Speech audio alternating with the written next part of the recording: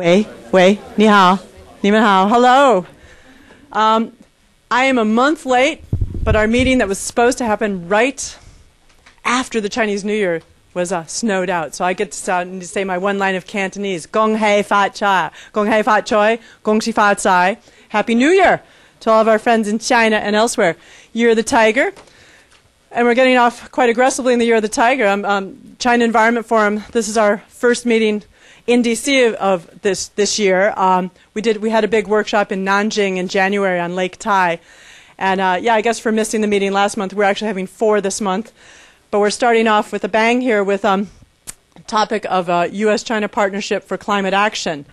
For those, to give a little context, because I have quite a few new people here, as you know, you are at the Woodrow Wilson Center. It's like the airplane. You are on a flight to the Woodrow Wilson Center. If this is not where you want to go, stop eating this lunch and return it. No, yeah. So the Wilson Center was created in 1968 by Congress as a memorial to good old Woodrow Wilson, both a policymaker and a scholar. And in his spirit, we have about 20 projects and programs here, as well as a scholarly side that brings scholars from around the world. But the projects and programs bring together government, NGO, business, and researchers in their specific area. And I've been really honored for 10 years now to be working with the China Environment Energy Mafia globally to bring people together to think smartly about cooperation with China or just finding out what the heck is going on over there on energy and environment. And I guess, and as you probably guessed, you know that climate change, rather hot topic these days, pun intended.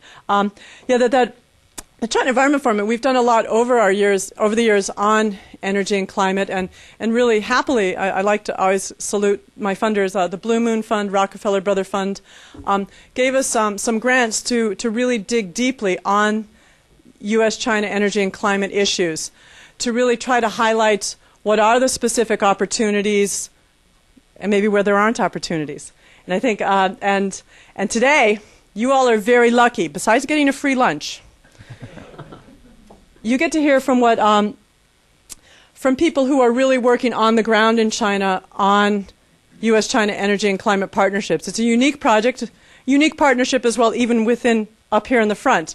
You've got Institute for Sustainable Communities, a group from Vermont. They'll tell you how that kind of works, why a Vermont grassroots group is working in China. That's coming shortly.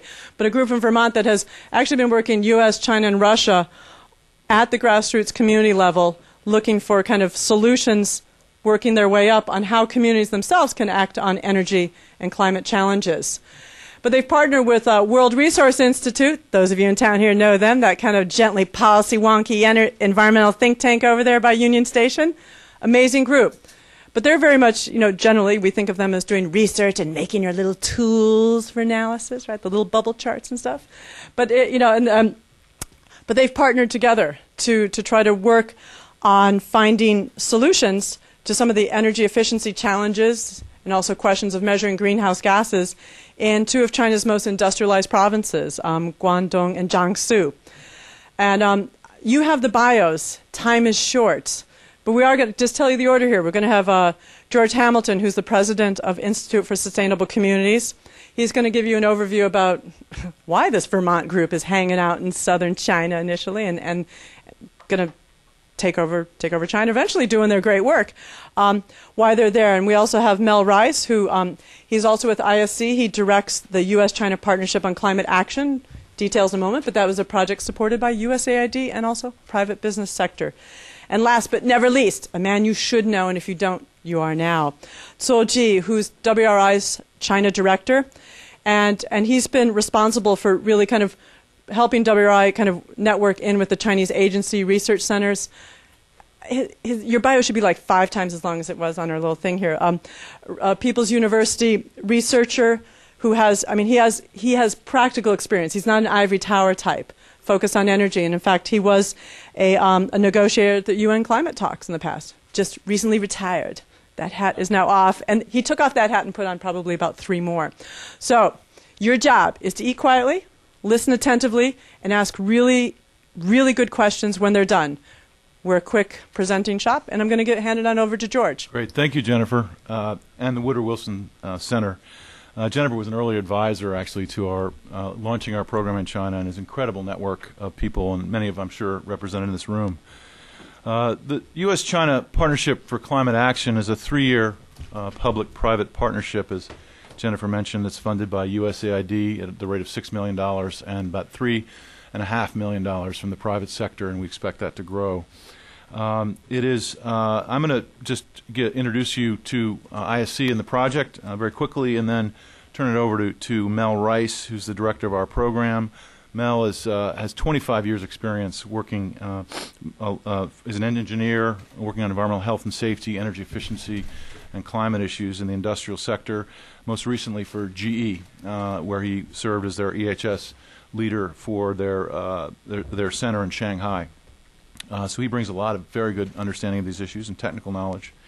He's based in Shanghai, and as I mentioned, he'll introduce the program in detail. Zhou Ji is a tremendous asset to the program. He's a very respected leader in China on climate and energy issues, and we're very fortunate to have him here from Beijing to help us with the presentation. He's going to give you an update on the current political climate on climate issues in China, and also explain how this project fits within that context and the opportunities that are presented by the new 5-year plan and the emerging targets that are coming out of China.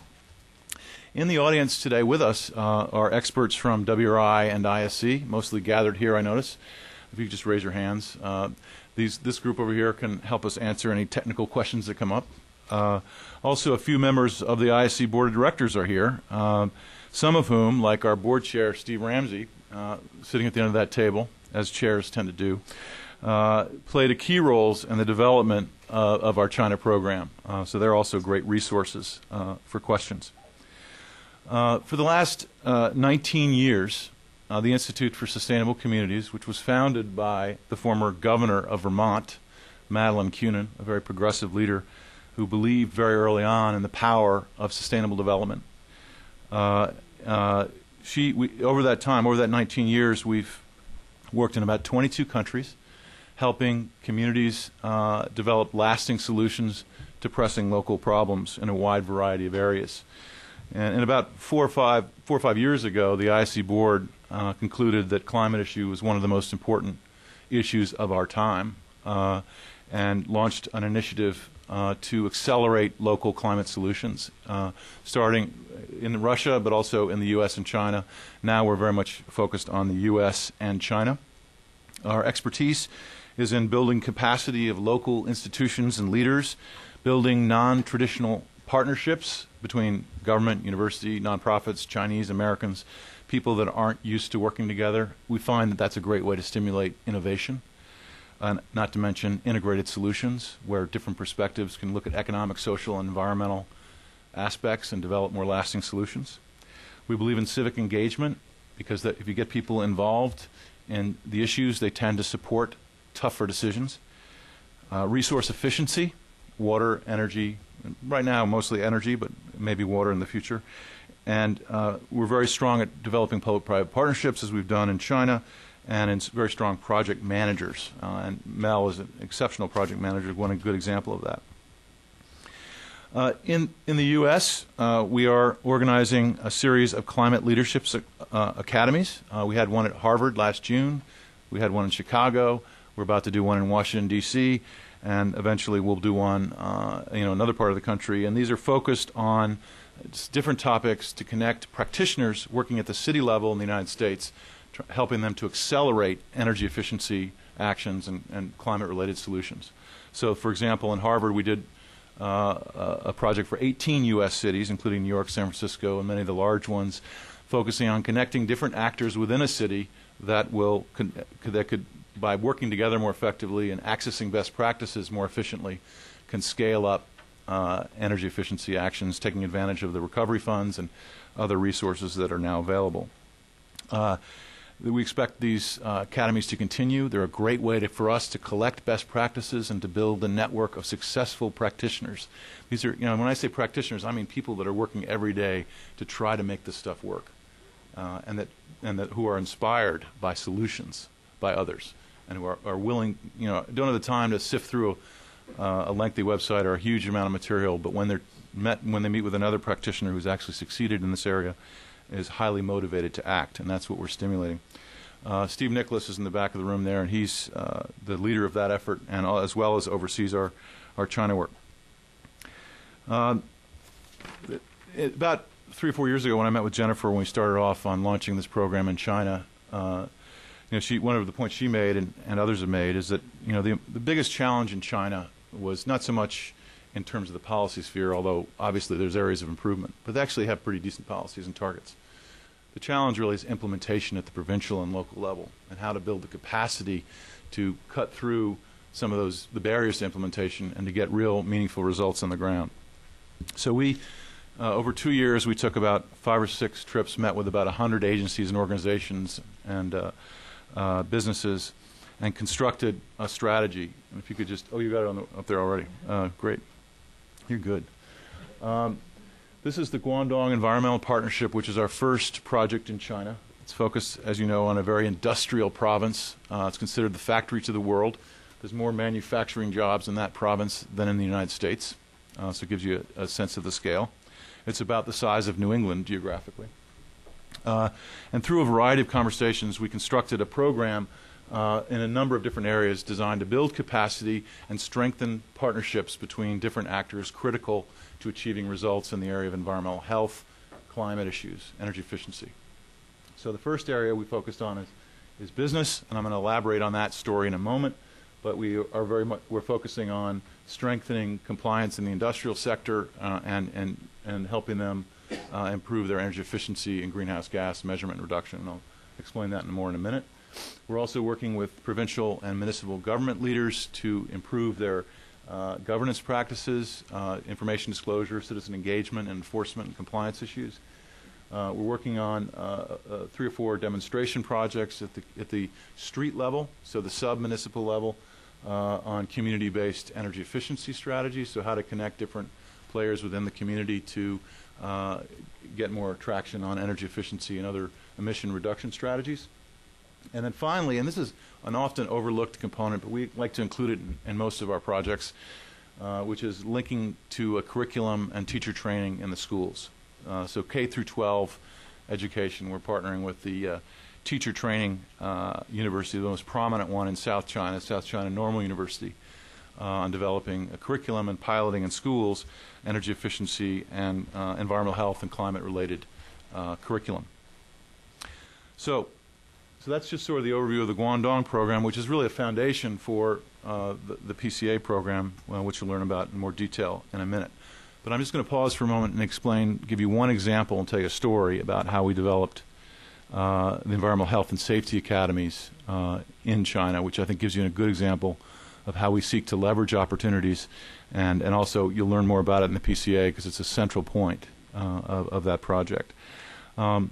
About 2 years ago now, we realized that because the industrial sector was the largest source of pollution and causing environmental health problems, plus the largest source of greenhouse gas emissions, 70% in China come from the industrial sector, and because they're the biggest energy users, as you know, and the source of the Chinese government's attention through the top 1,000 industry program, which they targeted to provide technical assistance to the industrial sector and energy efficiency. That there was a big opportunity if we could make a difference in this sector to help achieve many of the goals that we set out to achieve.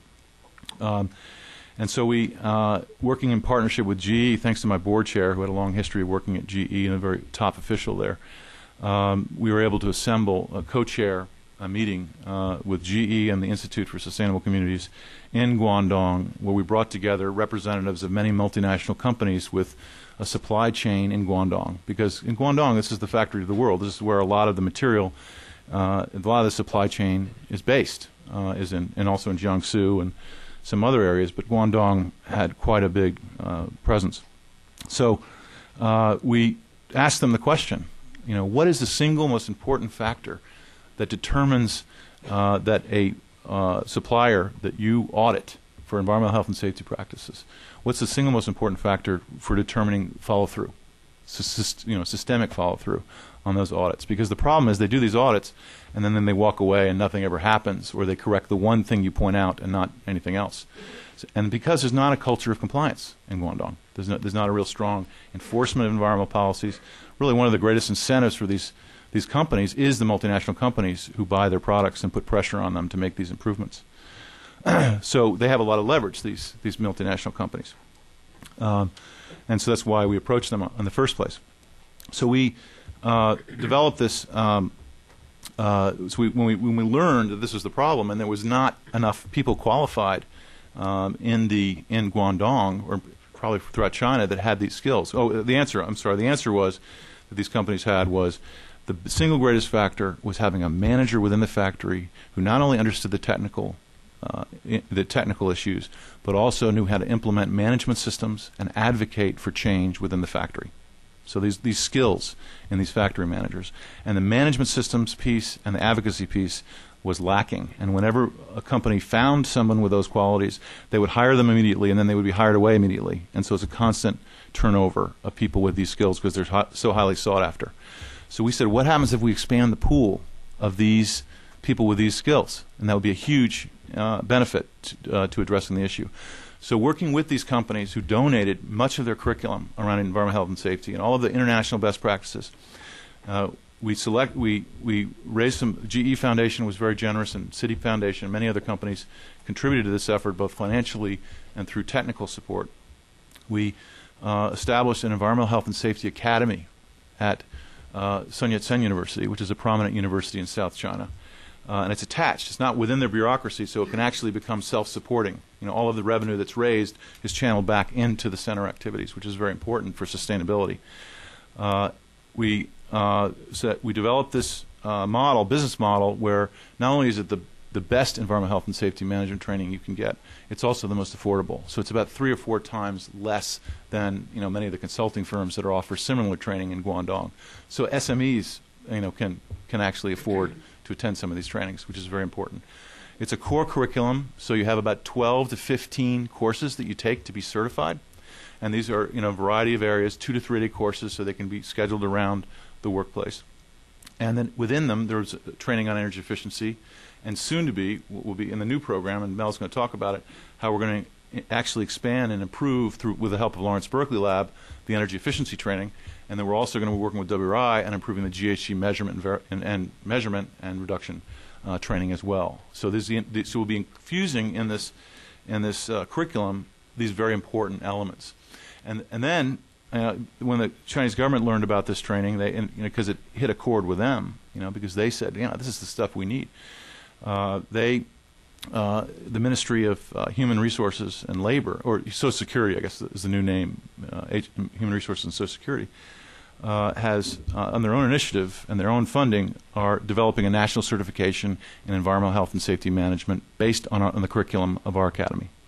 And if this is passed late this year, that will create another incentive and basically reinforce a profession within China in environmental health and safety management, which hopefully will include energy efficiency and greenhouse gas measurement as part of that.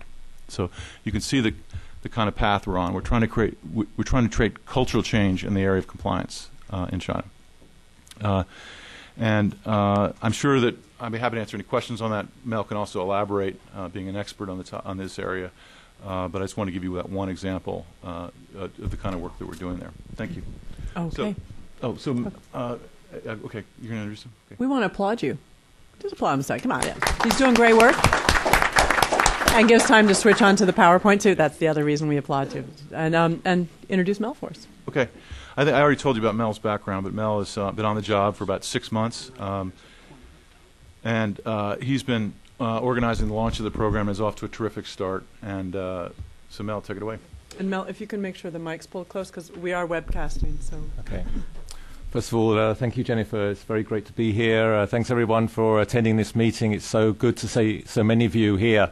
This is a really exciting project. This is a really exciting time to be doing this project. And I'm just glad that to see someone so interested in it. So it's, as George mentioned, this is a 3-year program. And it's a description of ISC and WRI. As Jennifer's already mentioned those companies to you, I won't spend any more time on that slide. And obviously, George also talked to you about the Guangdong Environmental Project, which this current program called the Partnership for Climate Action is building off of. So let me start on here. So this is the program goals of this project. We're very much focused on building meaningful, sustainable change, building up capacity to help industry, cities, and the power sector implement energy efficiency programs and greenhouse gas reduction programs. That's the ultimate goal of this program. There's a lot of measurements associated with achieving those goals. There are real targets. This is not just something associated with doing a few training sessions. This is real targets associated with emission targets, energy saving targets, training targets, changes in policy targets associated with the program. And, as I said here, it's really focused on the three components. The first component is focused on industry, helping industry both in the Guangdong and the Jiangsu provinces build up their capacity to implement various programs. Just go to that one first here. Sorry. Yeah. So, within the industrial sector, they are focused upon training the factory managers to implement greenhouse gas accounting, to monitor, to measure, to report their greenhouse gas emissions, and utilizing the WRI protocols, both the corporate ones and now the introduction of two new corporate protocols called the product protocol and the supply chain protocol. Using their skill sets and also LB&L with the energy efficiency training to build up their capacity to do projects in their factories. And as George has already mentioned, there is this EHS Academy in Guangdong, based in Jiangsu, in Guangdong, and we're going to utilize the resources in that EHS Academy and leverage that and introduce a new academy in Jiangsu province. We're yet to select the actual location, but we're going to have it in the same way, having staff and curriculum from both industries, from companies like GE, Honeywell, Walmart, that are practitioners in this area, training up the factory managers, training up the engineers to help them understand how to do greenhouse gas monitoring, greenhouse gas accounting, and energy efficiency programs. And related to what George has already mentioned, that there will be this certification program. As many of you have worked or lived in China, certification recognition is a critical part of someone's career development, and also it's very important for the factories and the regulators to see that they have people in those factories that have gone through some form of training program that is recognized by the provincial and hopefully the national government. So. And then the second component that we're working on is on the power sector. Clearly the power sector, the power plants have the largest emissions in China, and it's been growing rapidly, obviously, because of the reliance on coal.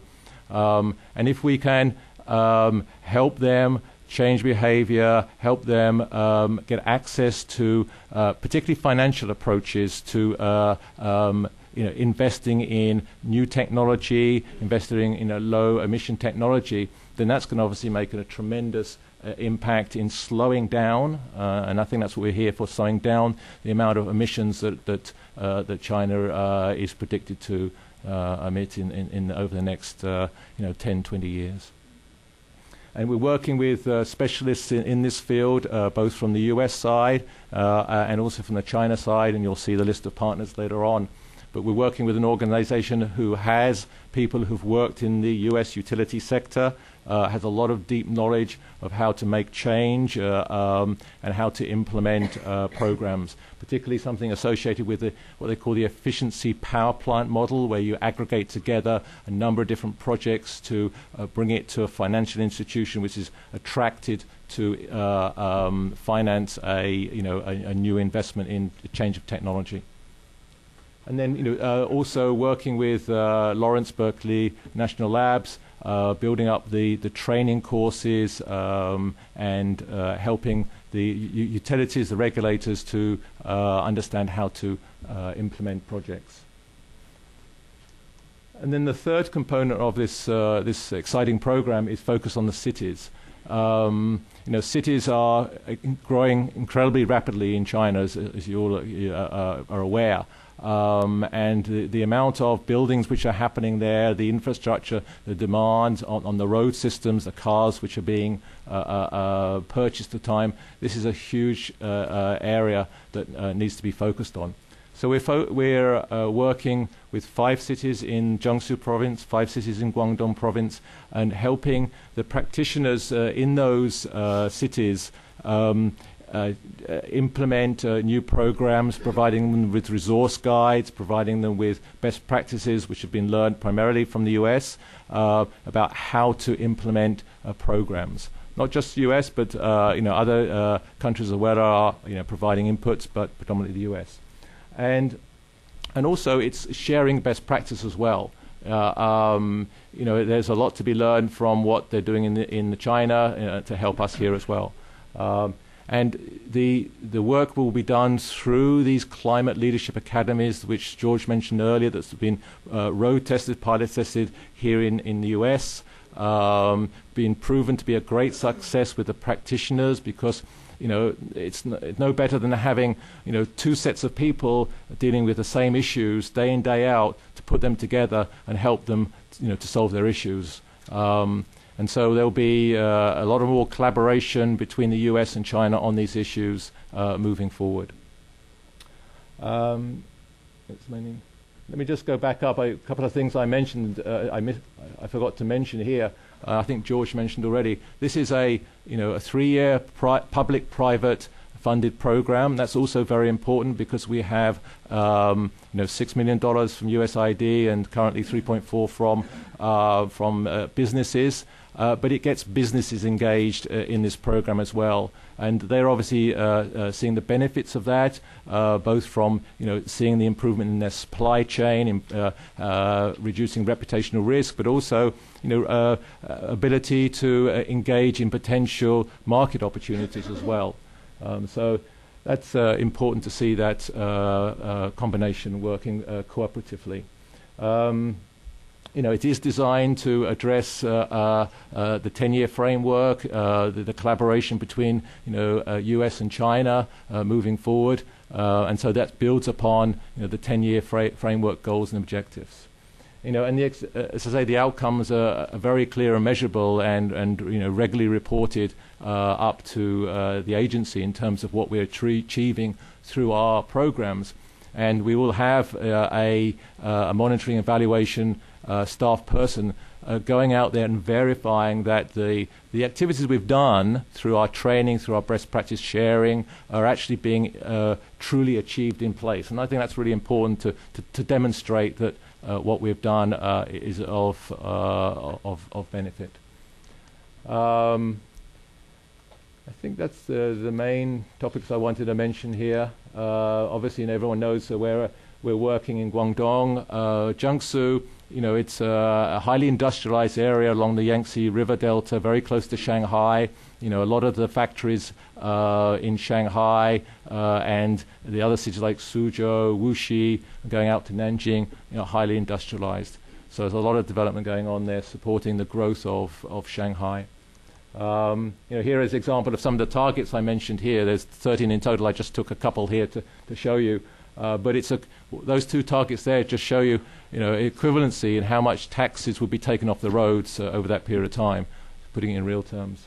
We've just started this program. We started in October, so we're in the ramp-up phase now. That's why 2010 is really a time where we're doing the training of people, building up the capacity in the training, and then as a result of that training, we expect to see in next year the actual greenhouse gas emission reductions being monitored and verified. And just a quick snapshot on some of the funders that I mentioned at the top there. It's a broad implementing partnership, both of US and Chinese institutes and authorities. You see a number of well-known names there in the grouping, and I think I covered that. And one of our wishes, I said, is to expand upon the public-private partnership methodology. I think that helped. The Chinese government likes to see that. They like to see industrial involvement in these activities, and it helps out. Obviously, with encouraging more participation from the Chinese side as well, if they see industry is involved from the US side. Okay, thank you very much.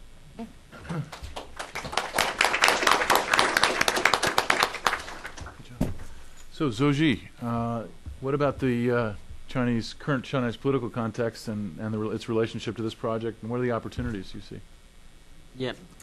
We're going to make sure we get the mic all the way up and give him the PowerPoint flipper. That's the technical term. Yeah. Okay. Well, thank you, Jennifer, and thank you, George. Yes. So when we look at the specific project, we should set up the linkage between one project with larger background and to see in which way, to which degree this project can contribute to the dynamics of Chinese social economic development. And my observation is this project, ICRI project, really make the contribution to help China to make the shift from the current development path to more sustainable, low carbon path of the development. But maybe we should also look at a broader picture to see why we believe now China is starting its long march. From the current status to low carbon economies. We need to starting from some very basic facts and consideration. So if you, I would like to summarize a lot of things with very simple wording. Structural conflicts. If you look at China, look at the population. Not only top one in terms of absolute amount, but also very uneven distribution. Between rural and urban areas, and this is the basic fact. That means around a half. A half of the population, 700 up to 700 million. Rural population.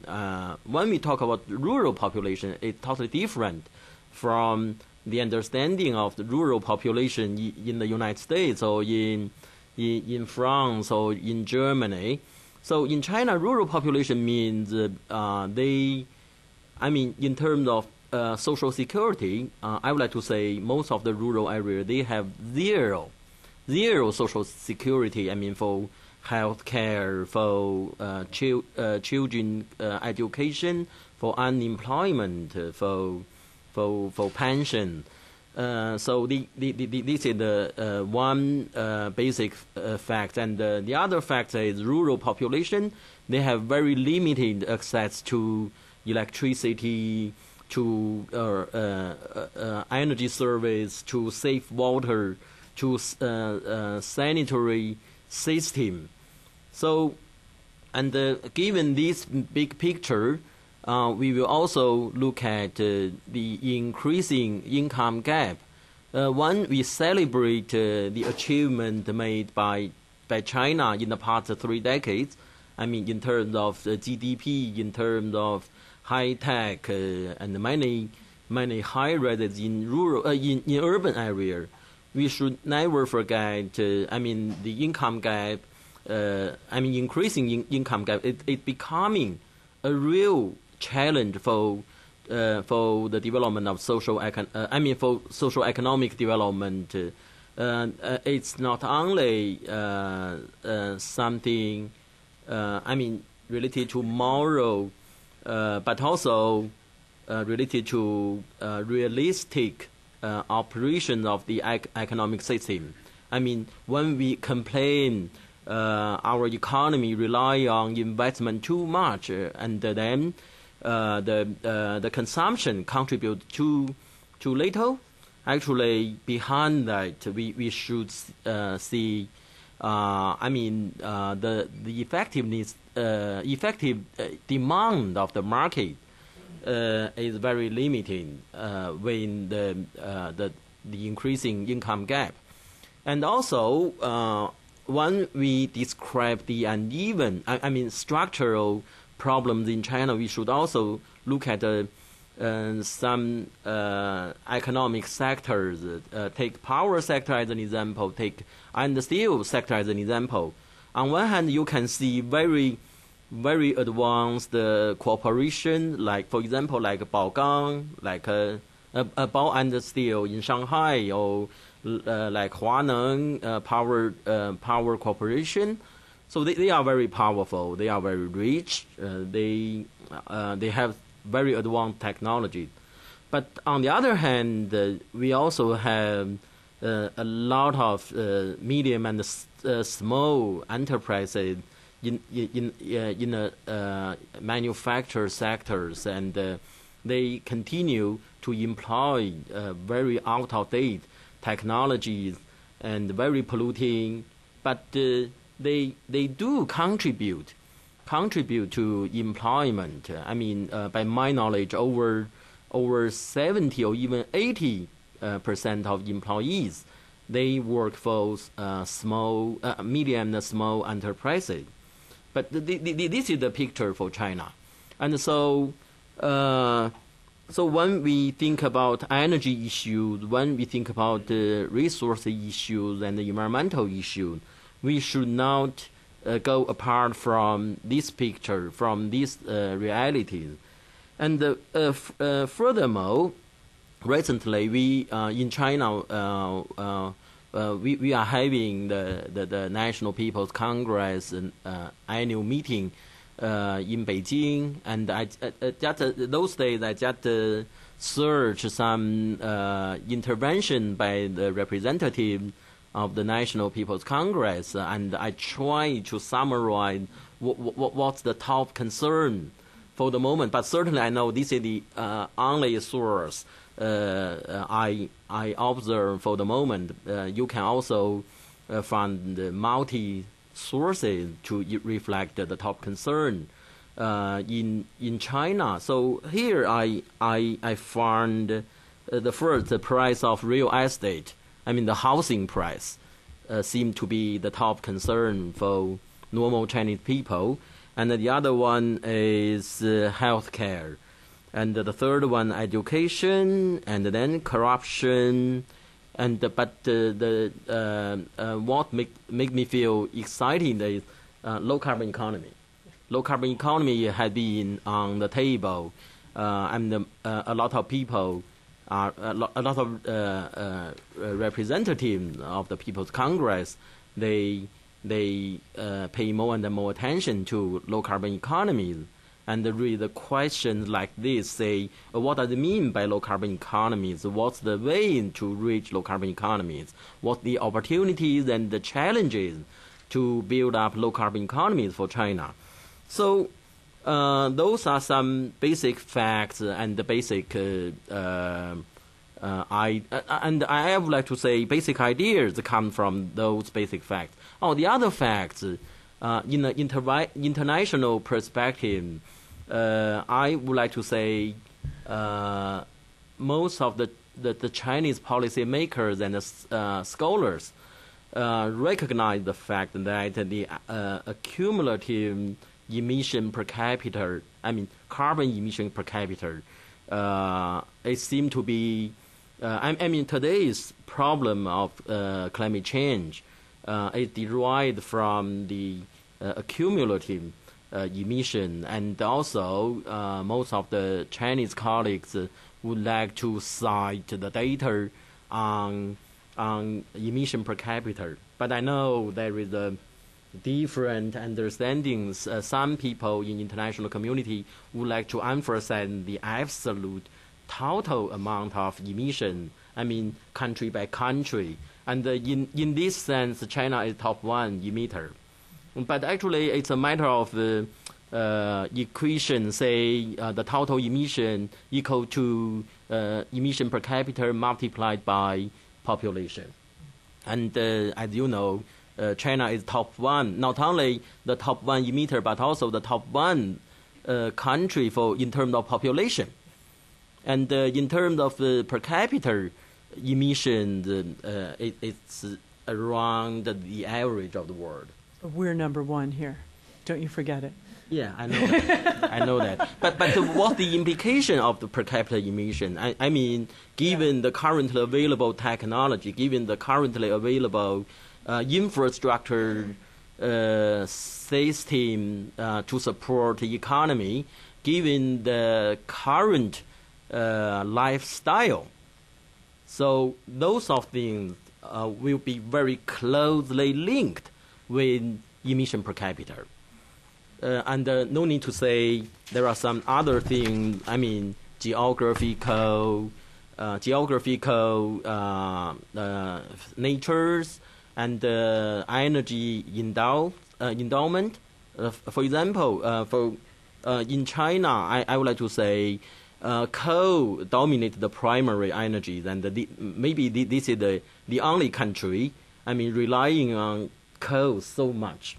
And this is not mean Chinese people like coal. Actually, coal is not the best energy.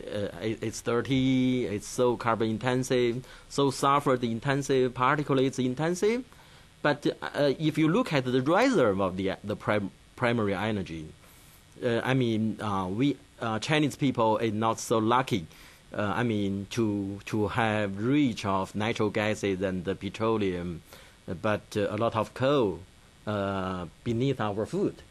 So you see the carbon intensity. I mean, naturally, I mean, to consume the same energy, but China will emit more carbon with this kind of primary energy mix. And here there are some data. I mean, just to show the population. You see over time. I mean, the right line mean the rate of the urban population in the total.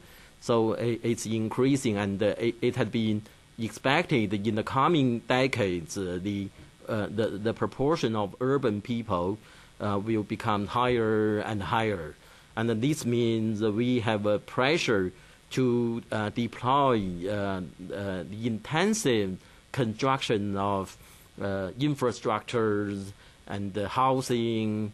You need to provide for more and more tap water system, wastewater treatment system, and also heating system, commercial houses. If you travel to China, everywhere you can see construction sites, and actually this is, I would like to say this will last for another 20 or even 30 years, given the process of urbanization.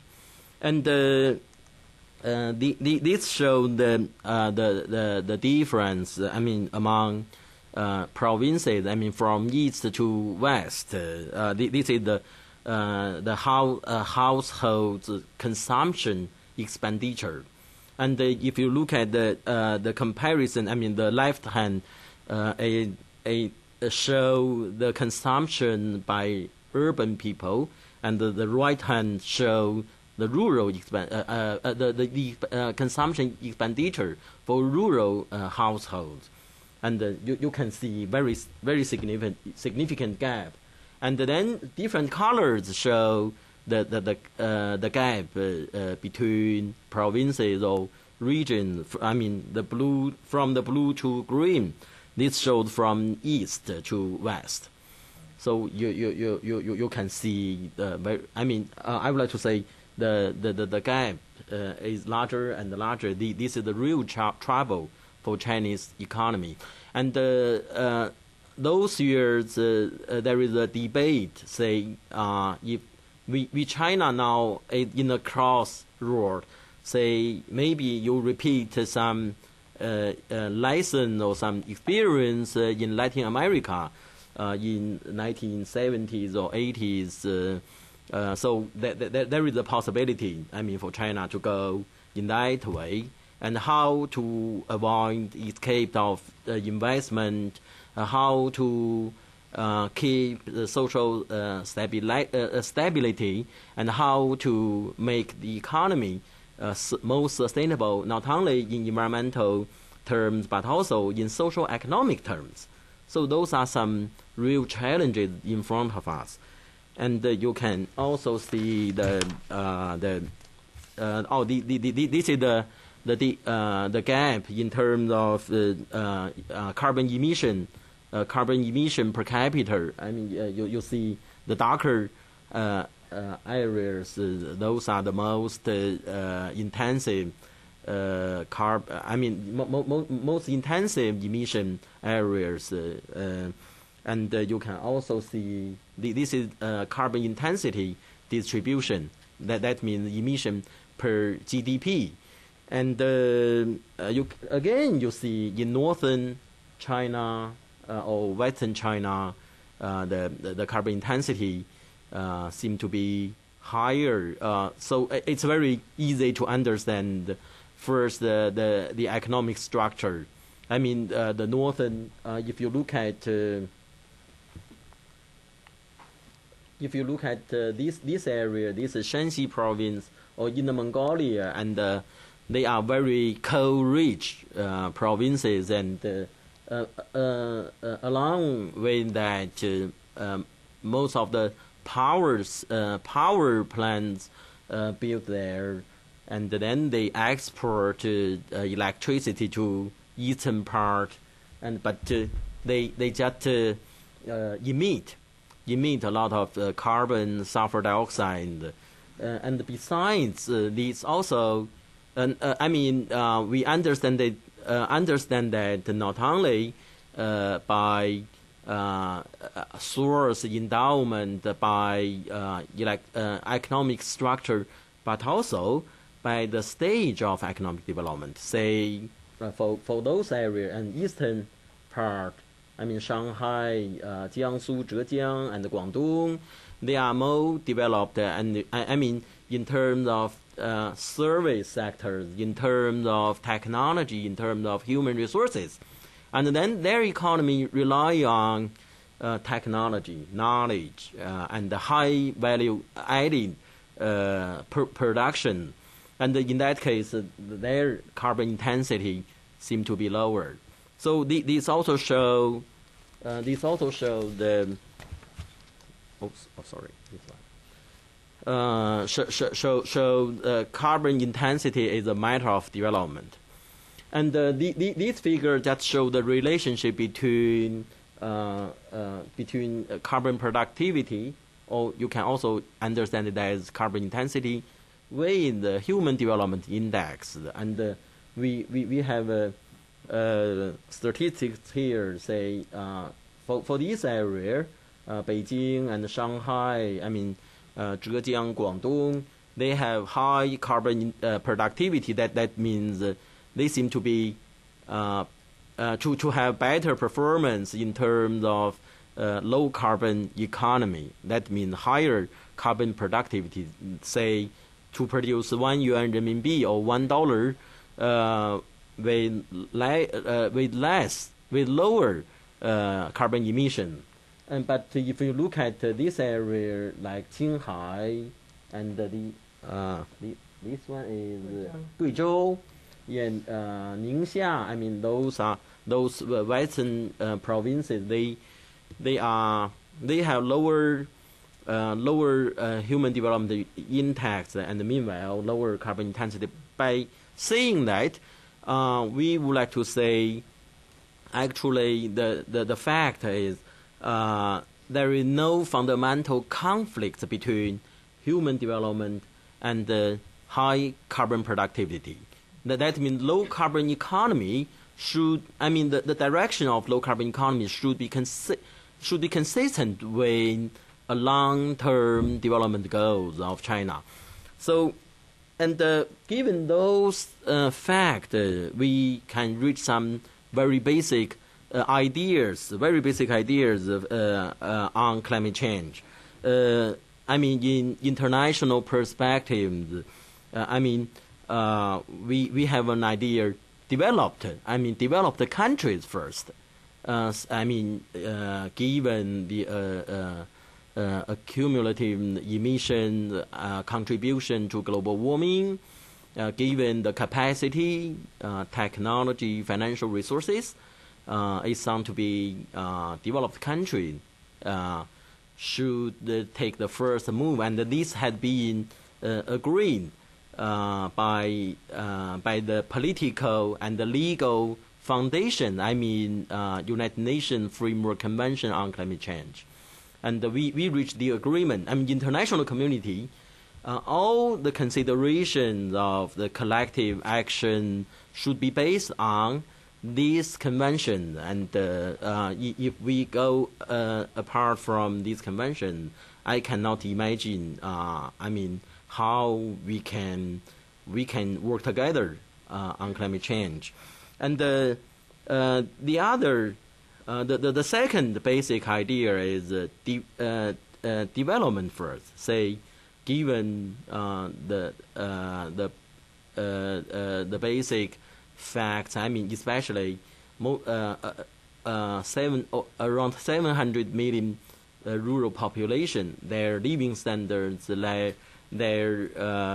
living status, we need to provide for adequate service to them, to meet their necessary needs. So by saying that, development will continue to be the top agenda in China in several maybe within 20 years, within 30 years. Just to meet the necessary needs for so huge size of population. But thirdly, we would like to consider, by which way you can reach your development goals. So actually, this is now more and more Chinese people realize that we need to make a shift of development path.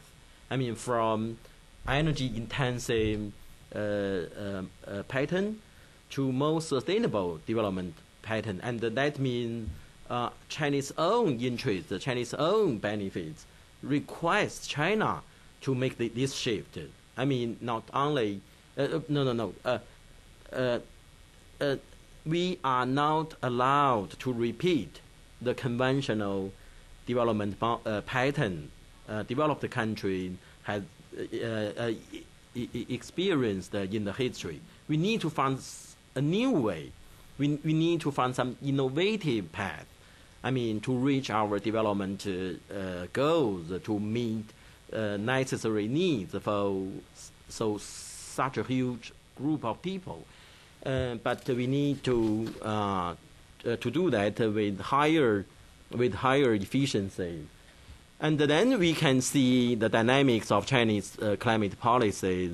No need to say, as you have known, the high-level population, they express the willingness, to go towards low-carbon economy, to address climate change, in terms of mitigation and adaptation, etc., etc. And those opinions are reflected not only by individual politicians but also institutionally by National People's Congress, by State Council, by ministries, and now the latest progress by provincial and municipal governments, and more and more people, government officials at local level, they are increasingly interested in low carbon economy. And my individual experience in the past month, more and more local governments send invitation to me,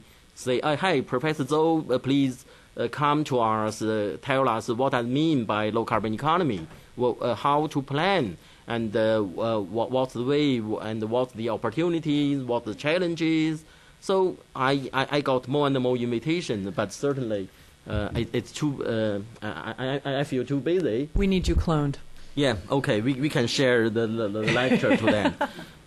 But this is the good news. That means, I would like to regard the the most significant result of Copenhagen is awareness improvement. Even some old wives, they would like to reach the question, now low carbon economy seems to be very fashionable, and TV show, newspaper, everywhere they heard the wording low carbon economy, and then they know what that means. Mm-hmm. Yeah, but anyway, this is some change, and given those facts and ideas, we can look at policies in international and domestic perspectives. For international policies, as you know, China had decided to be associated with Copenhagen Accords, and to put China's name in the chapeau of the documents. But for the moment, it's a little bit unclear how to make to reach a legally binding agreement in the coming months. I mean, before Mexico Conference of Parties. So we need to figure out how to reflect the spirits of Copenhagen Accord to make it legally binding, and how. But the basic idea is, for the moment, by my knowledge, Chinese government understand the outputs of Copenhagen with three. The first document, the Copenhagen Accords, although it's not legally binding, but around the 99 countries have been associated with this accord. But we need to find some way. In legal procedure terms, to reflect the spirit of Copenhagen Accord. And then we have another two outputs with legal mandate, with legal basis. That is the co-chair text for two ad hoc working groups. AWGKP and AWG-LCA means actually this is those are derived from Bali Action Plan. We also use the word two tracks negotiation. But for the moment, the task is how to take the advantage of the two co-chair texts as the basis of negotiation. But meanwhile, to deliver the elements of Copenhagen Accord into the legal process of the negotiation, we need some wisdom. To figure out. I know because I have retired from the negotiation delegation, but I know my colleagues, my successors, they have very big challenge to do so. But I feel a little bit worried. I say that in a very relaxed attitude on that. But just leave the tough work for my colleagues. But for the moment, we haven't found the clear pathway. But next month, in mid-April, there will be a minister-level meeting in Bonn to see how to address that. But anyway, China really want to reach that via UNFCCC process. And talking about the domestic policies, so here I just list several key issues. The first, the targets. For the moment, how to interpret the carbon intensity, national carbon intensity targets into provincial targets, municipal targets. Actually, here there are two basic approaches to do so. One is we just repeat the approach. I mean, we employ for the 11th five-year plan. I mean, the energy intensity target and ISO2 COD targets. I mean, just allocate them to provinces with the benchmark. I mean, average benchmark there. I mean, by administrative system. This is one approach. So we can see excuse to follow this approach because, as you know, although we have experienced 30 years economic reform, but Chinese economy, I mean, in terms of management, in terms of administration, is totally different from U.S. economy. I mean, we can also feel some centrally planned features there, and then in that way, the responsibility are delivered to governments at different levels.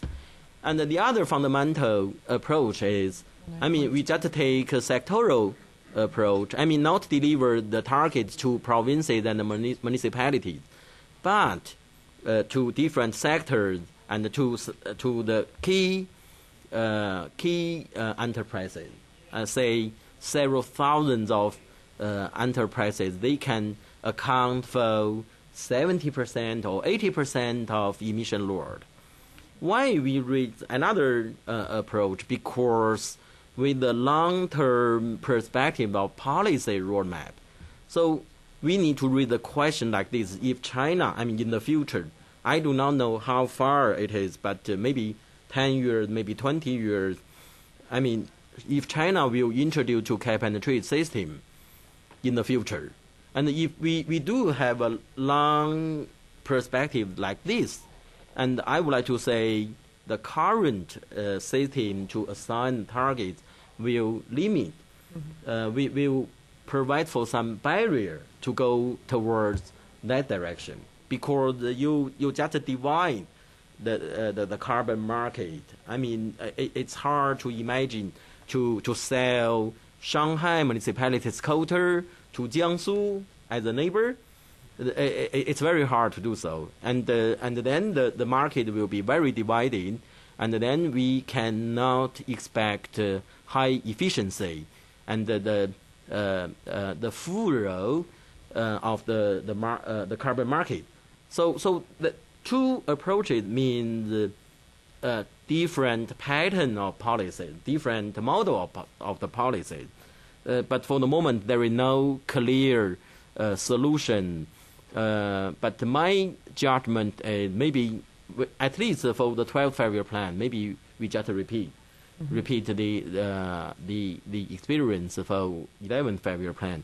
And the other issue is institutional framework. The latest news is NDRC has decided to deliver the request to provincial DRC, I mean Provincial Development Reform Commission, ask them to set up a specific department or division in charge of climate change, and this is a matter of organizational or regulatory framework. I mean, climate change issues will be discussed not only at national level but also at provincial or even municipal levels. And in that way, we see increasing hope. I mean, to make climate decision making, implementation of climate policies on the ground. The other thing is accounting and the statistical system. I mean, in international context, we call it MRV issue. I mean, measure, report, verify greenhouse gas emission. But in domestic perspective, we call it greenhouse gas accounting and the statistics. Actually, in technical terms, I do not see significant difference between the two wordings. I mean, anyway, for example, WI developed together with World Business Council. I'm WBCSD, World Business Council for Sustainable Development. We developed the greenhouse gas protocol. I'm at enterprises level, but those kind of analytical tools can be used for accounting, for statistics, and also can be used for international MRV. But certainly, for the moment, frankly, it sounds to be a little bit politically sensitive. I mean, to talk about the MRV after Copenhagen. But in the long-term perspective, anyway, China will build up the system for monitoring and enforcement. And my feeling is the Chinese government is really serious to consider to build up the system. And I heard recently NDRC had a communication with the National Statistical Bureau to kick off the process. I mean, how to develop the system for accounting and statistics. And then policy. I will now talk a bit more. But for example, energy taxation, even carbon taxation, has been the issues on the table, and more discussion and debates take place in the past months, and also some code development. Finally, I see some message. Sent to investors, bankers, and many investment consideration has been linked with the climate policy messages, and many investors, many practitioners, they pay more and more attention to climate policy. So this shows China is taking action. Thank you. Okay, thank you so much, Soji. You are brimming with questions. But because we're webcast, see tall man Nick over there, not so tall, Ada over there, they have microphones. I will point to you. Okay, come over here, Nick, to give to Steve. So make sure you just ask your questions in the mic, and please do just say your name and affiliation quickly so they know. Okay?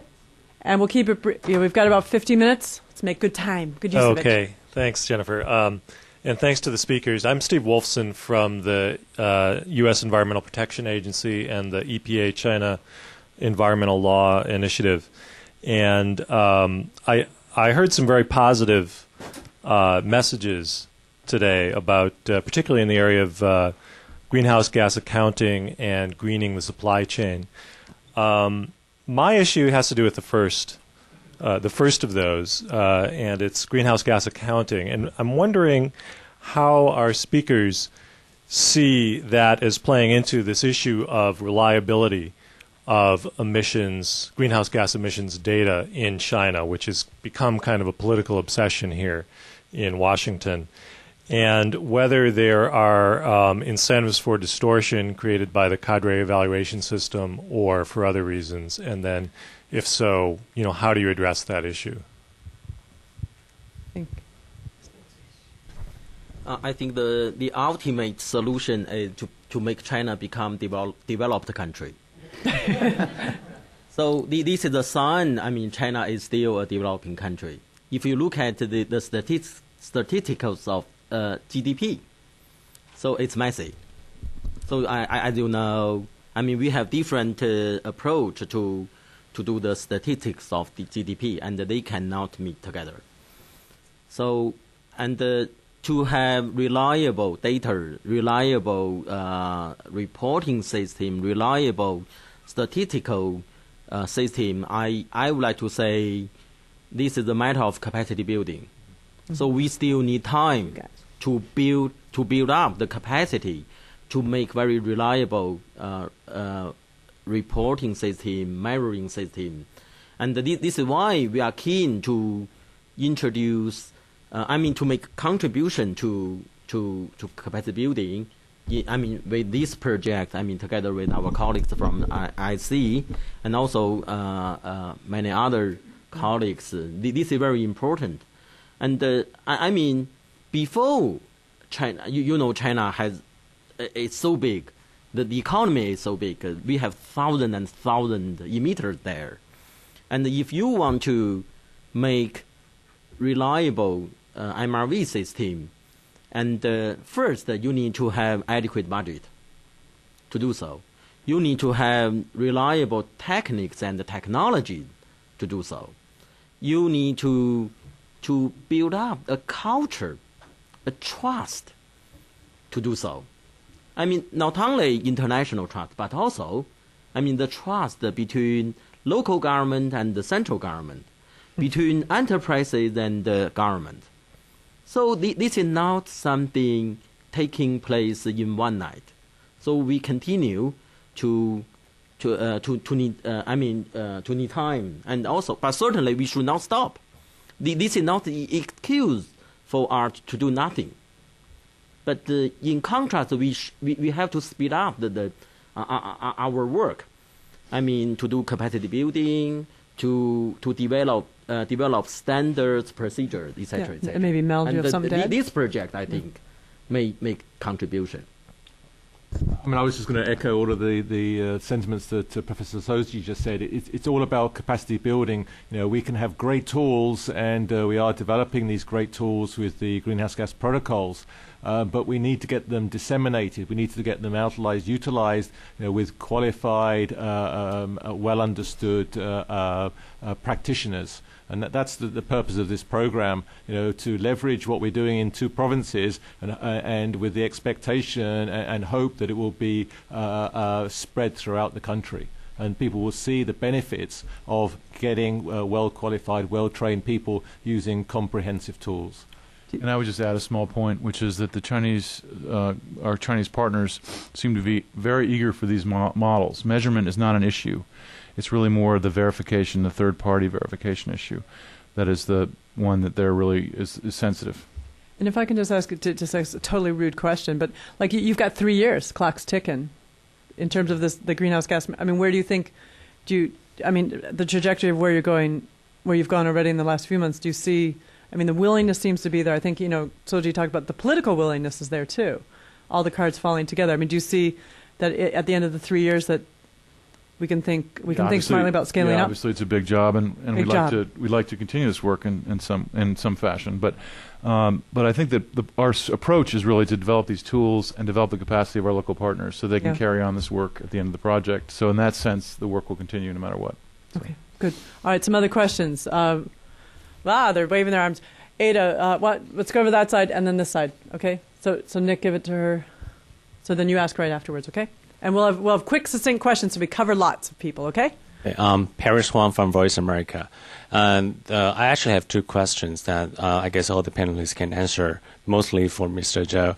First question is, we know, although the Obama administration has been advocating on the climate change, but we know there's still a lot of enterprises and politicians in the United States does not believe in climate changes and resist on that idea. I'm just wondering, based on your experience in China, do you hear similar arguments in China? And that's the first question. And second question was, the last year there was a Chinese official from the environmental department said most of the pollutions in China are actually caused by foreign enterprises. And so based on your research, is that accusation based on facts? And if it is, how well or how should the Chinese government deal with that? Thank you. For the first thing, I have a little knowledge on U.S. politics, but my feeling is, yes, in China, I also see a lot of expression of climate. Making efforts to mitigate and adapt to climate change, and furthermore, I also see substantial action taken in China and some substantial progress made in China. Actually, I am keen to see similar progress in the United States. And for the second question, I'm not quite sure. I mean, to which degree FDI or foreign companies, make the contribution to the emission. But the fact is, Chinese economy rely on export very much. And if you look at the statistics of the export, a lot of things come from energy and emission-intensive sectors. And by my knowledge, many exports export are made by foreign companies. But actually, personally, I dislike this kind of division. I mean, foreign companies, Chinese companies. In my mind, they are just companies. They are just companies. They provide for services to human beings. They pay taxes to the government. They contribute to employment. So I do not believe, especially within WTO frame, we should not say, oh, this is foreign company, this is domestic company. And we should say this is more lower carbon intensive or more efficient companies with higher competition, with better technology, and they can provide for better service to the people. So this is related to WRI value. As you know, with WRI, we consider not only the environment but also the people. So I would like to look at your question in that way. Thank you. But also maybe I could ask George, but also that some of the U.S. companies that you're partnering with, the international companies are being very active in trying to green their supply chains, correct? Absolutely. Yeah, absolutely. They have a lot of leverage, and they're taking it seriously, and they're taking responsibility, by developing the capacity, of these academies and sharing their best practices in this area very willingly. So clearly they have an incentive and are trying to do their part as well. Okay, we've muddied the waters. I must say, I really like Zoji's response. That's a really good way to look at it. We should be making the division based on who's doing well and who's not, regardless of where they're from. Okay, we're going to ping pong between sides of the room so there's no animosity. Yes. Thanks. This sounds like a really encouraging project. I'm Carmen Tedesco. I'm with the AD Center for Environmental Strategies, and I have a question around that capacity building of the practitioners, and especially with your leadership academies that you're planning on doing there.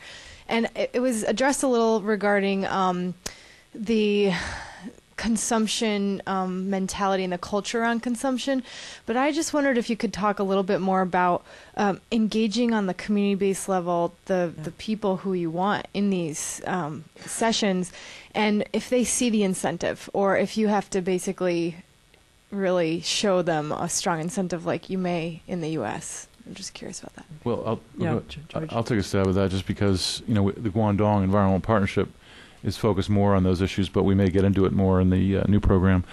But part of that answer is young people around the world get this stuff around consumption.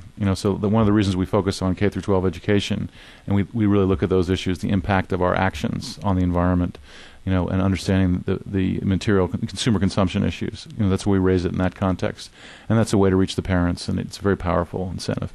But I must admit, there is just as much or even more discussion about sustainable livelihood in China as there is in the United States. They really get this point about, they look at the graphs and they know if there are many people, I'm not saying all of the society does, but many people in society are pushing for this recognition. A lot of the universities, are really discussing this issue. A lot of young people coming out of universities get this. So it is definitely an issue in China. I don't know, and we're doing our part to support it, but it's, like in the United States, it's a serious issue both places. But George, if I can ask, I know that in Guangdong, can you say something about, because what I understood a little bit, that you're working in 3 communities. Can you just give us a quick snapshot on what does that mean when you're working with a community in Guangdong? Right. So we competitively selected, we put out the word that we wanted to help communities ramp up their energy efficiency practices. And working with the Guangdong Economic and Trade, Jinma Wei, to select them, we ended up with 3 pilot projects.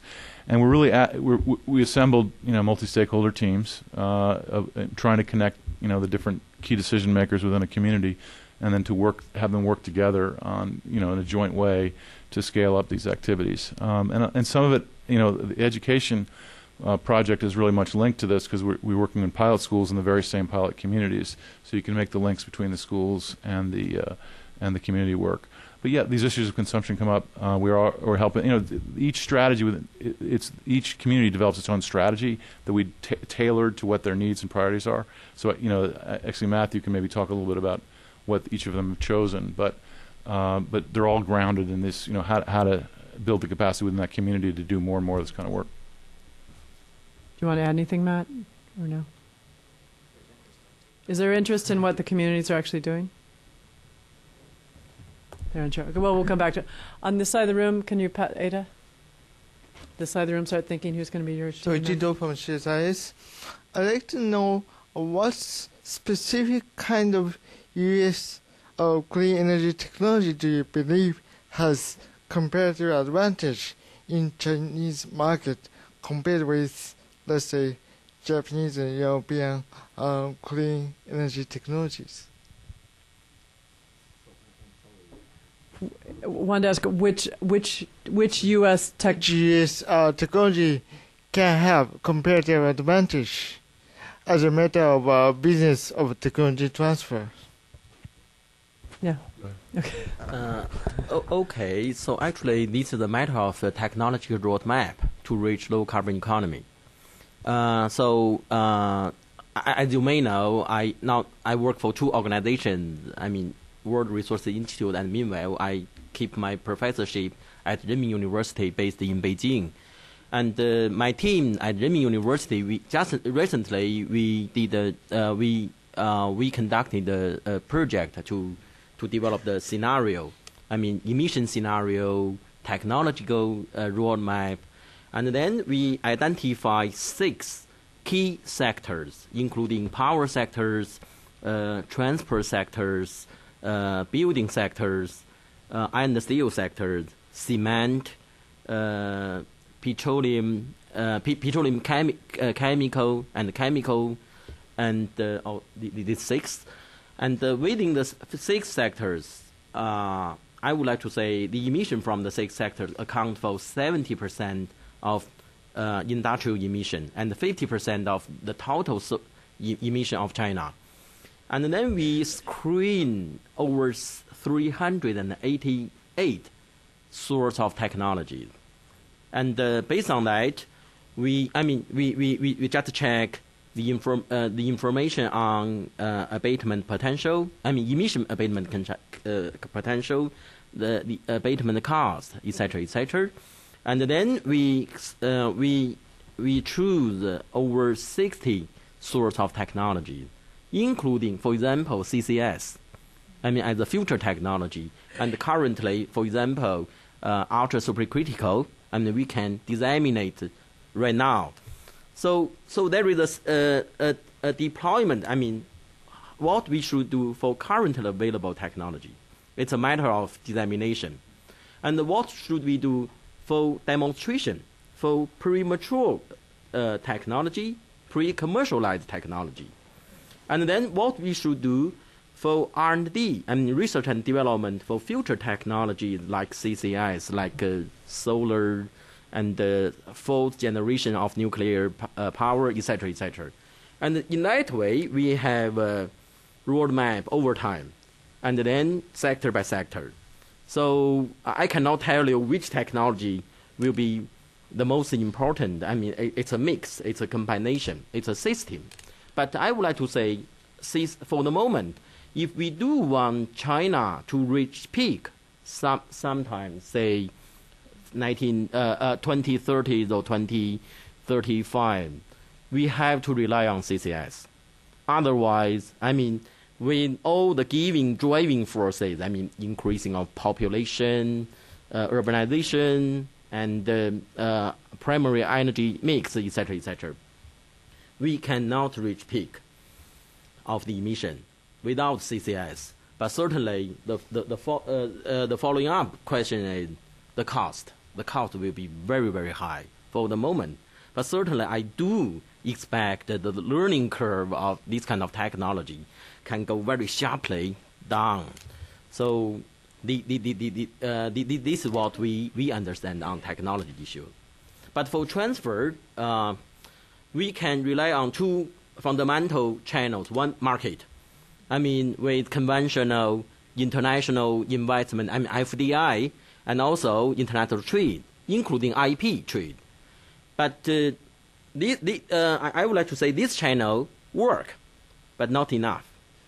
If you do want to have very, very quick shift of the development path, I do not believe international market can help us to go toward this direction very fast. And then we need another way, I mean, more innovative. But in the history, there is no model, and we do need to create some new model. But my idea is it should be public-private partnership. But how to make it optimal mind? So we have no idea. We need to explore. But anyway, market is only one way. And also, to be a greedy information person, this report that you're talking about that Ren Da did, is it something that's... Actually, it is reflected in a newly developed human development report for China. And the theme is towards low carbon economy and societies. And the launch ceremony will take place on April 2. And then you can visit the website of UNDP China. But here I have a summary. Oh, sorry. But no. Yeah. Well, we'll follow up. We'll basically follow up because I fancy there are maybe one or two people in the room who really want to get their paws on that. Okay, we'll do Matt's, and then we'll go to you at the end of the table. So make your way down there, but give it to Matt's first. Mats Anderson, I'm consultant. I used to be with the World Bank. I'd like to take a little bit issue with all the focus on capacity building and balance it with another thing which, in my little experience, I think is equally, if not more important. I like the panel's view on it, and that is at the local government level, with all the mayors and vice mayors I met over the years and who I have a lot of respect for. They are very good at one thing, and that is to focus on the incentives and targets for which they get promoted. Mm-hmm. And it's probably anywhere in the world, but I think the Chinese mayors, vice mayors are experts on this. And I just wonder if my impression, which is that even though there has been a lot of talk about the green GDP and all these good things, have the incentives for promotion within the hierarchy really changed much yet? Or do you have any views on the importance of that, if I exaggerate that aspect or not? Because otherwise you can have the best capacity and EPBs everywhere, but I'm not sure it will go so fast. He's looking for institutional change, gentlemen. Yes, for EPB, local EPB or MEP, I mean Ministry of Environmental Protection, we have seen the promotion.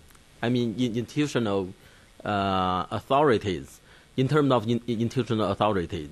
And but I would like to say, for individual officials, mayors or vice mayors, I mean the promotion incentive or promotion system is under the way.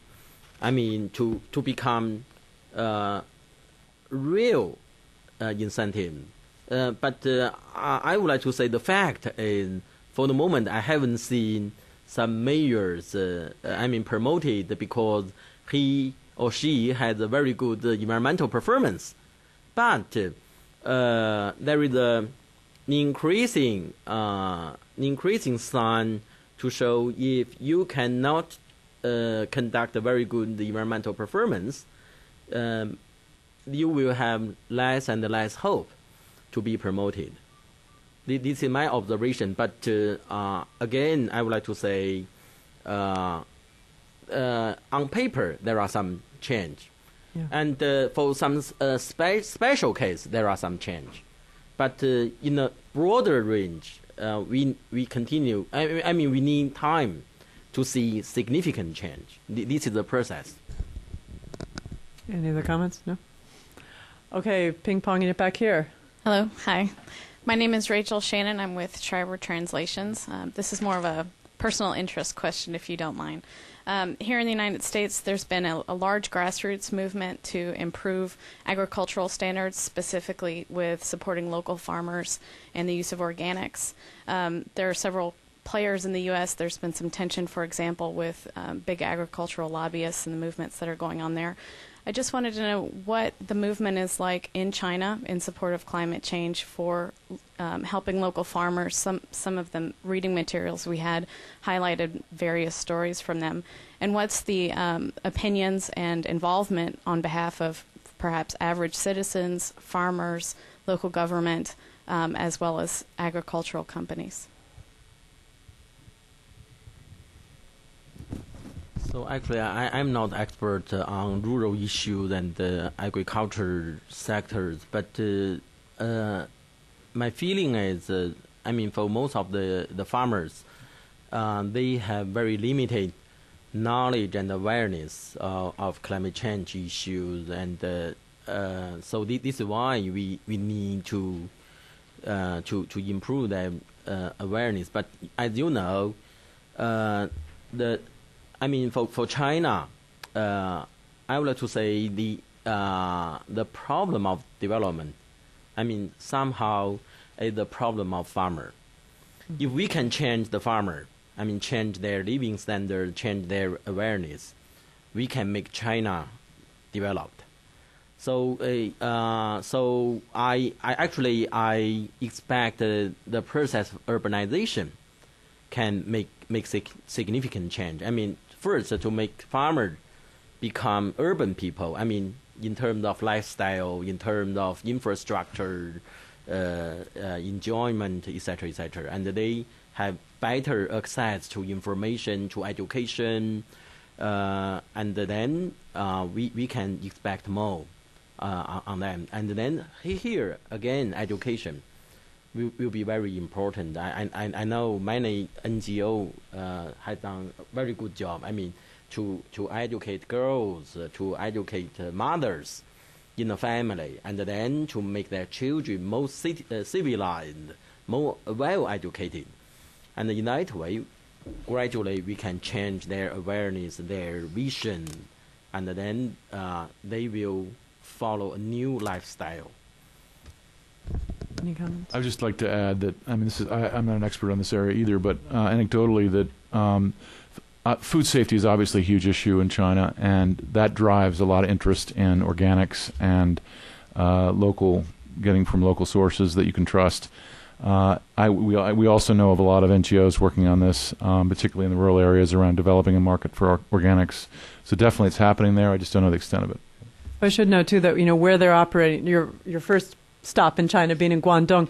Guangdong actually was the province that really catalyzed the creation of organic food standards when those wily Europeans said, we're not buying your tea because it's got too much pesticides. And so in some ways there is an example of, market-driven, but, again, the institutions and policies had to follow suit.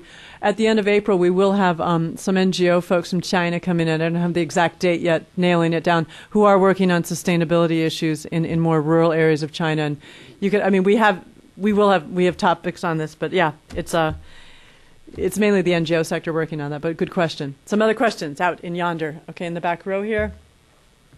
And then good cooperation there on the back row. Thank you.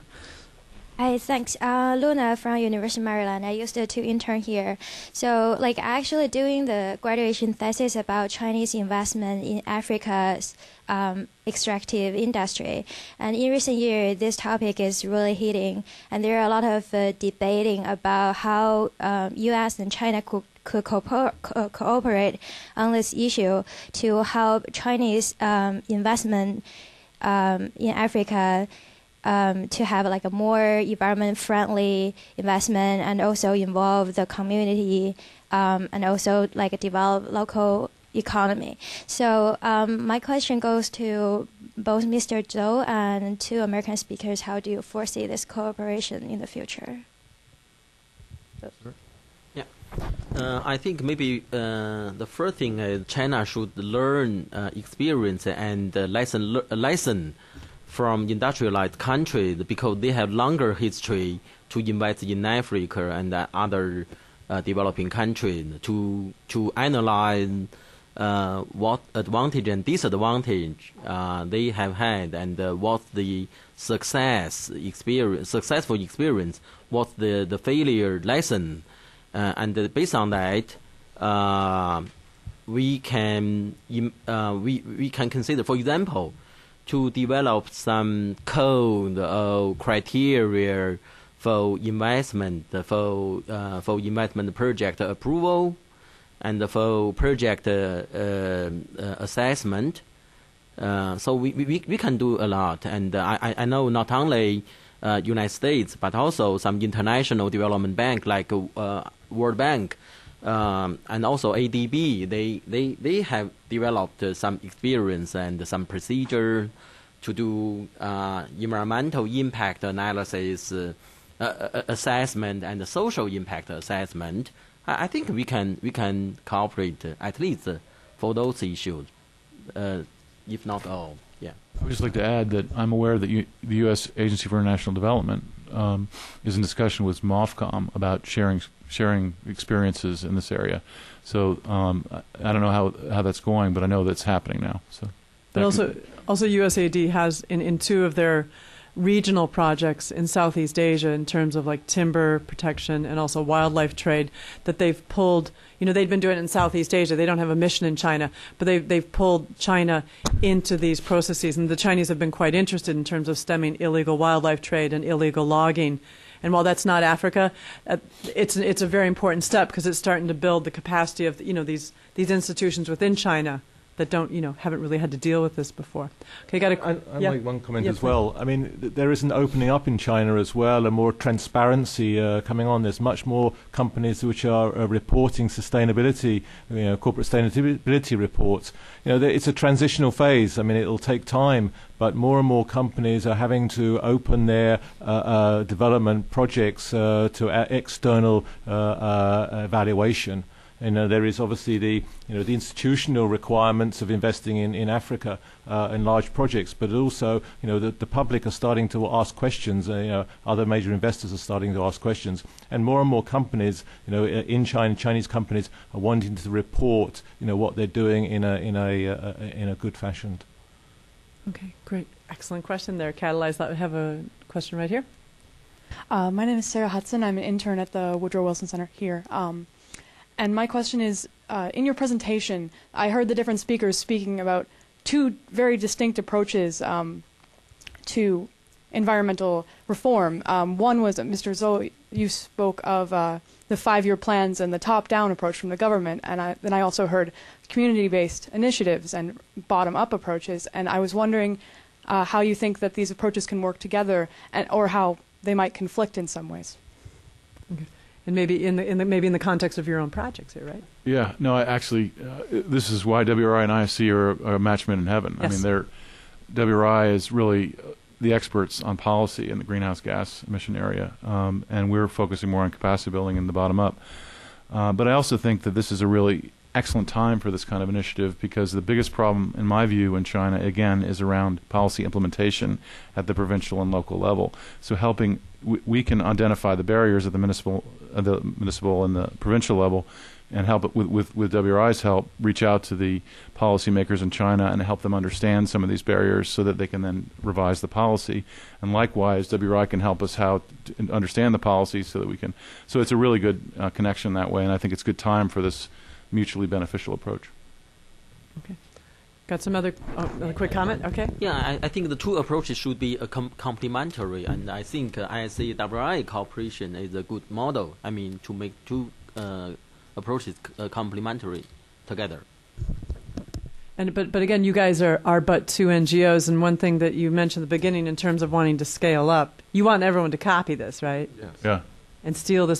So this is an open invitation for other organizations to come and. But it's also that, I mean it quite seriously, though, that, because I hope to also be a matchmaker to try to kind of help people expand this, because you can't do it all.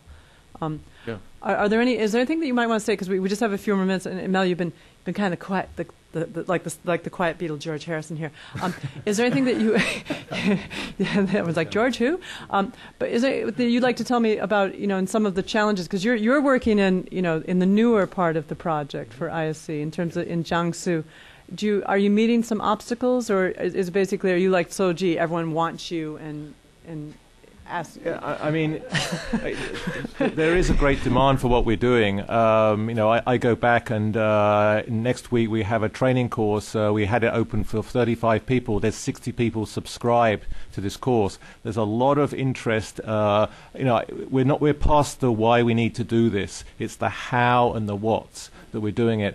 And to echo what Jennifer says, is that the more we have of these courses, there will be just a groundswell of people involved. They'll see other companies doing it. They want to do the same. They want to do it in the best way they can possibly do. They want to take the best that's available. China, as most of you know, is a very competitive society. And we're utilizing that internal competitiveness, to improve their capabilities. The barriers, there may be some political barriers at the higher level, but at our level, at the provincial level, at the local level, all of these provincial leaders that I've met and the municipal leaders that I've met, are very open arms and willing to come in and saying, what can you do for us, and when can you start, and and they're really enthusiastic about doing something. Yes, maybe there is some high-level political pressure on them, and their jobs depend on it. But they are still very much interested in welcoming external providers to build up their capacity. And if I can just keep on you for a moment here, that you did talk about, you mentioned briefly about the question that after you train these folks and they go marching back and go to their companies, you mentioned briefly about something about follow-up monitoring, and that kind of means like, you'll be hiring more people, but I mean, or are you going to be working with some of these new like provincial institutions that will? Who's going to be monitoring and how often, even though, audit fatigue is killing them down there. But, I mean, let us know a little bit about what do you mean by monitoring? Cause that's yes, I mean, we have in place a monitoring evaluation officer. They set certain criteria that these companies have to report back on. We will go and evaluate whether they've met that criteria.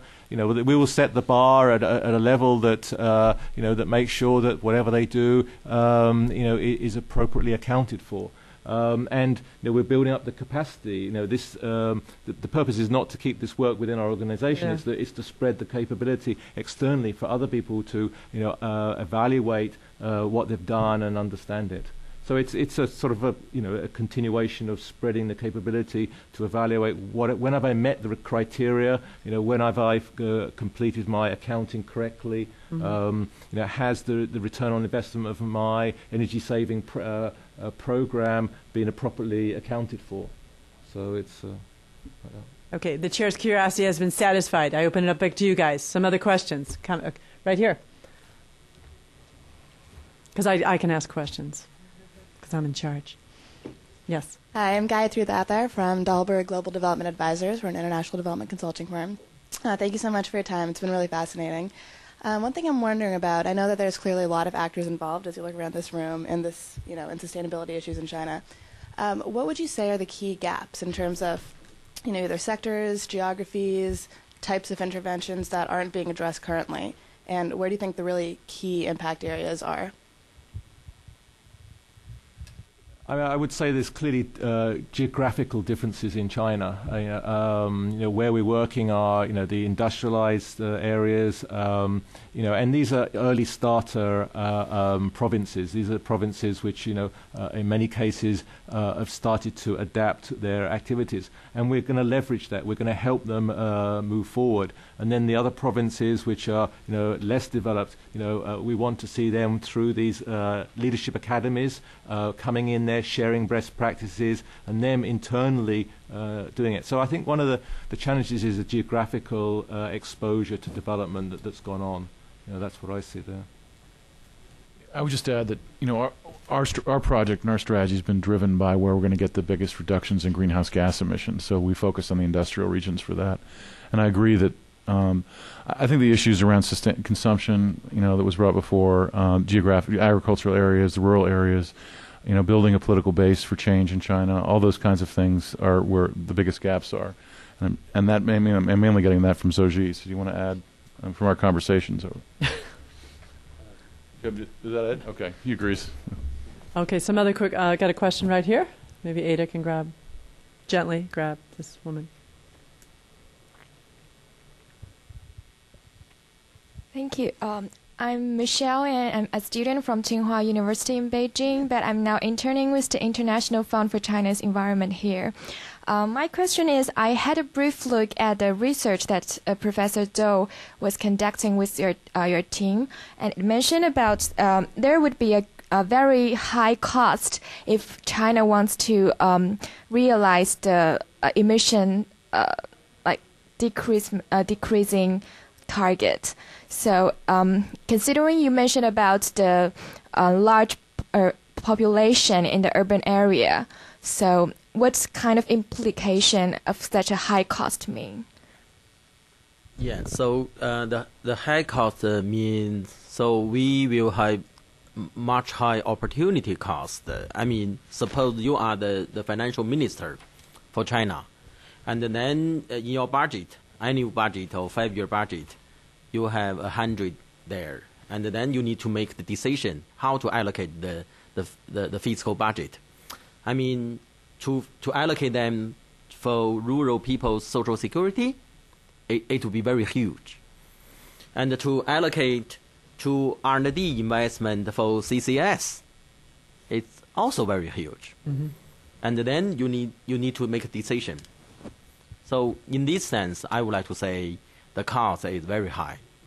But certainly, if you just look at the absolute amount of fiscal revenue of Chinese government, if you just look at the foreign reserve for China, it sounds to be very, very huge. You can do this, you can do that.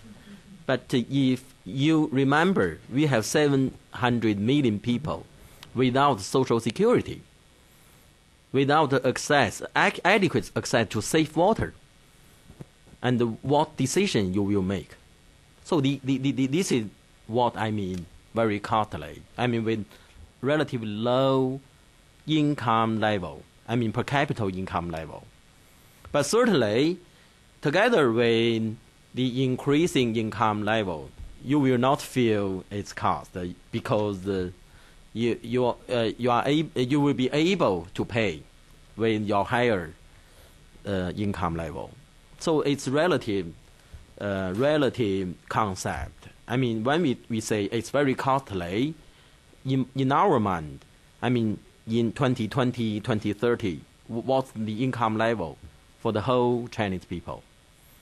So this is, I mean, what I mean, costly. But certainly, this is also costly to the United States. I know why United States policymakers feel very difficult to make decision. I mean, to set up the target only 17%. Why it's not 20% or 30%? One of the concern is the cost. Mm-hmm. But if U.S. feel it's difficult, it's costly, what about China? Mm-hmm. So this is my understanding. Okay, do we have one more quick question? Or are you going to leave it to me? Anna, you're sitting, no questions?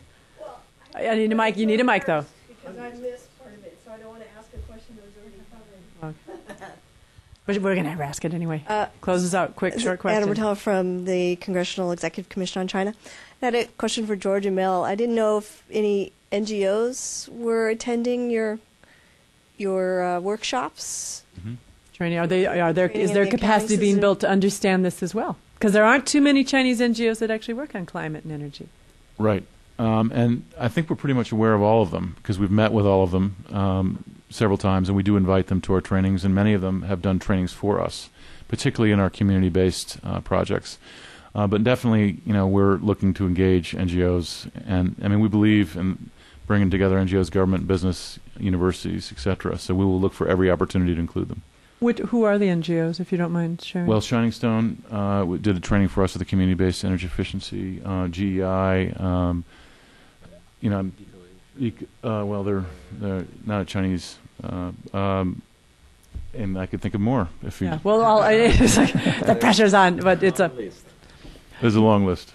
No, but that's an excellent question, because it's also the kind of thing that, you know, people in my mafia that now that we know it's no longer a hidden secret that they're doing this great work, that you know, I think there will be people that we want to steer your direction. Absolutely, and our team in China obviously have a much longer list than I would have. So don't bother Zhou though; he's real busy.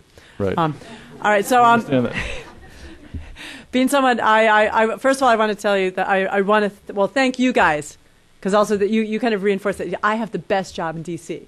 because I get to have people, you know, when you're talking about China, it's often very negative and stuff, but I get a job talking about China where there's solutions focused. And you know, and this is but one of the meetings we are having this month, by the way, just to let the mafia out here know that we have a meeting next week on black carbon. We also have another one. We have a gaggle of Chinese lawyers coming on the 22nd, who are going to be talking also a little bit about the law side, because you should know that we also get USAID money. You're not the only ones through Vermont Law School, focused on environmental governance, and so one of the areas, and it complements our Blue Moon Fund RBF work, in that we're really going to be looking more at the U.S.-China energy climate cooperation, digging into the governance bits, which is it's kind of sticky. So we've got them on the 22nd, and also we have a movie, DC Environmental Film Festival. We're screening a film about there's a U.S. NGO called Future Generations that they started a few years back, this thing called the Green Long March, which really touches your issue of interest in education, where these university students go around China. They have this kind of, they become like the propaganda teams, but they are actually going out and learning to study in diverse parts of China. And someone from the organization will come and talk about how there was a march, their second or third one, which is not in the film, was about climate and energy issues. So you can come and, Yeah, just one announcement to make. If you guys, I'm ranking someone from the RI China office. So if you guys are excited about this program, both IS and the RI is hiring in China for this program. So go online, go to our website to see if you're interested, and I'll spread the word. Yeah, and also that, you know, we'll have a summary of this meeting. We've got some China facts. That's WRI's webpage. Hey, you forgot your propaganda spiel there. All right, but it is time to go. We start on time, we end on time, and applause for all of you asking intelligent questions and the speaker. Thank you.